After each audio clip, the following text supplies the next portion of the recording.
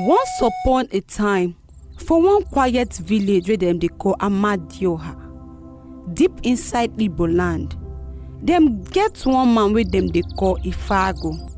This Ifago no be ordinary man.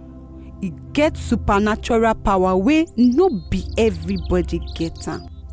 Now from small pikin, he don't dey show signs say, it dey different though.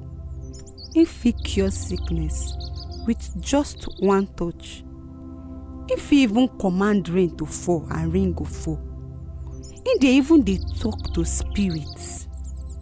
But instead of make Ifagu use him power help people, he choose to go another path. Instead where he go become savior, he choose to become terror. Ifagu begin dey use him power, they commit all manner of evil. They torment his own village people. Anybody wey no bow to am, he go use him power punish them. He go just cause rain to flood their farms, make their crops for spoil. He go send sickness to those wey try to stand up against am. With all these things wey him dey do, the villagers come dey fear am well. Even the village elder sef no fit do anything because Ifagu power too strong. Before you know, he begin demand sacrifice from people.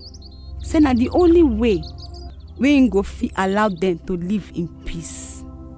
Just imagine, every full moon, them go gather for a mansion, bring gifts and offerings. They beg am make he no use him power harm them. Years don pass. The village they live under Ifagu wicked rule.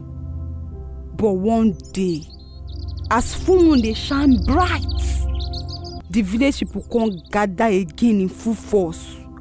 But this time, they don't gather to come beg, then come with a big plan. Nkem, one wise elder we don't see many seasons, don't find solution to their problem. Nkem, come tell the villagers say, true, Ifagu power strong but we dey united. We fit fight back. We go call the spirits of our ancestors, may they come help us.